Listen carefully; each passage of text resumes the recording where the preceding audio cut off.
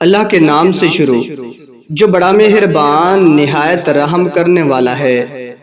عبداللہ بن عباس رضی اللہ تعالیٰ عنہ روایت کرتے ہیں کہ ایک رات میں نے اپنی خالہ میمونہ بنت حارث زوجہ نبی کریم صلی اللہ علیہ وآلہ وسلم کے پاس گزاری، اور نبی کریم صلی اللہ علیہ وآلہ وسلم اس دن ان کی رات میں انہی کے گھر تھے۔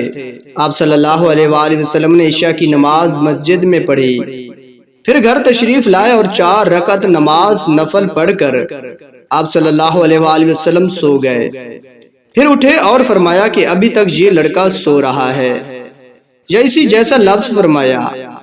پھر آپ نماز پڑھنے کھڑے ہو گئے اور میں بھی وضو کر کے آپ کی بائیں جانب کھڑا ہو گیا، تو آپ صلی اللہ علیہ وآلہ وسلم نے مجھے دائیں جانب کھڑا کر لیا۔ تب آپ صلی اللہ علیہ وآلہ وسلم نے 5 رکعت پڑھی، پھر 2 پڑھی، پھر آپ صلی اللہ علیہ وآلہ وسلم سو گئے، یہاں تک کہ میں نے آپ صلی اللہ علیہ وآلہ وسلم کے خراٹے کی آواز سنی۔ پھر آپ صلی اللہ علیہ وآلہ وسلم کھڑے ہو کر نماز کے لیے باہر تشریف لے آئے۔